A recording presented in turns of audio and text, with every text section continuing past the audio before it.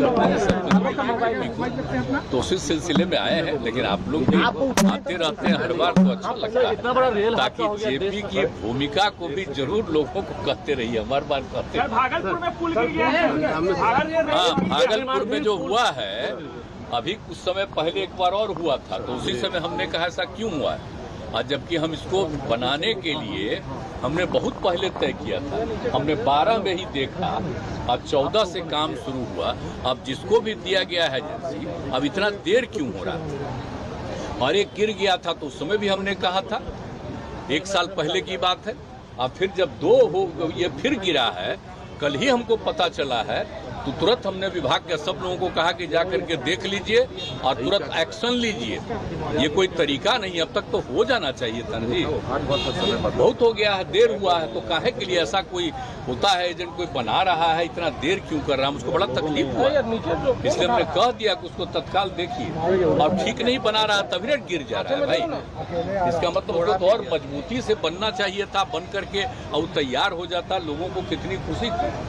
हम कितना पहले जा करके एक एक चीज को देख करके कराए हुए, लेकिन जो नहीं हुआ हमको बड़ी तकलीफ है। और अब डिपार्टमेंट अब इस बात को देख लेगा, हमारे उप मुख्यमंत्री को भी ये चीज की मालूम जानकारी है कि सब लोग उसको जल्दी से जल्दी जो नहीं करेगा वो अपनी तरफ से जितना भी जल्दी हो सकता है उस काम को कराने का हम लोगों की इच्छा है। बिल्कुल बिल्कुल, कह तो रहे हैं, कल ही तो हम बोल दिए हैं, जैसे ही हमको खबर जैसे ही मिला वैसे ही तुरंत हमने सबसे बात किया, इसलिए इसके लिए चिंता मत करिए। उड़ीसा में 300 लोग लगभग मर गए, 1000 लोग घायल हुए। तो आप लोग कहते हैं रेलवे का, तो जो हम श्रद्धेय अटल बिहारी वाजपेयी जी की सरकार में थे रेल मंत्री, और उस समय भी कहीं कहीं तो हमने तो बात कि अगवानी घाट पे जो निर्माणाधीन जो पुल जो बन रहा था वो क्षतिग्रस्त हुई है, और ये पहली बार नहीं हुई।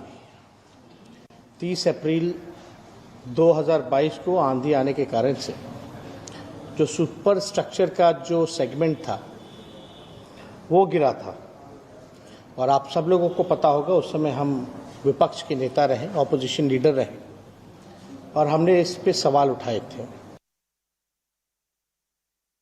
धन्य हो बिहार सरकार, धन्य है आपका भ्रष्टाचार। अभी अभी सूचना मिली कि अगवानी सुल्तानगंज पुल ध्वस्त होकर गंगा में समा गया, जो अत्यंत ही दुर्भाग्यपूर्ण है। यह पुल आज भ्रष्टाचार को भेंट चढ़ गया। इसकी जांच पूरी तरह से अविलंब होनी चाहिए, और साथ ही बिहार सरकार को धृतराष्ट्र की तरह आंखें न मूंद रखें और पुल निर्माण निगम के सभी सेतु की सेफ्टी जांच कराएं। सेफ्टी ऑडिट की जांच अवश्य होनी चाहिए, जिससे जान माल की रक्षा हो सके।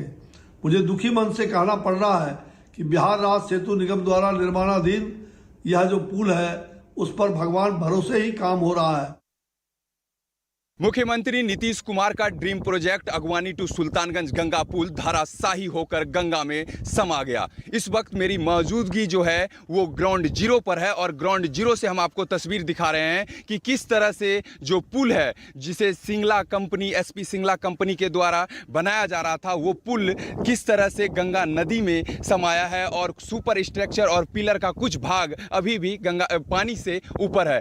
तस्वीर देखकर यह सहज अंदाजा लगाया जा सकता है कि जिस वक्त यह पुल गंगा नदी में समा रहा होगा उस वक्त का मंजर क्या रहा होगा। एसपी सिंगला कंपनी के द्वारा पहले इस पुल का निर्माण कराया जा रहा था, और पहले भी इस पुल का सुपर स्ट्रक्चर हवा के झोंके से गिरा था, और इस बार 4 पिलर और सुपर स्ट्रक्चर पूरी तरह से ढहकर वो गंगा नदी में विलीन हो गया है। हालांकि घटना के बाद से जो है एक नाइट गार्ड की लापता होने की सूचना है, जिसको लेकर एसडीआरएफ की टीम लगातार मौके पर पहुंची है, और नाइट गार्ड जिसकी लापता होने की सूचना है उसकी खोजबीन की जा रही है। आप लोगों को कब सूचना मिली कि, और आप लोग किस तरह से काम कर रहे हैं?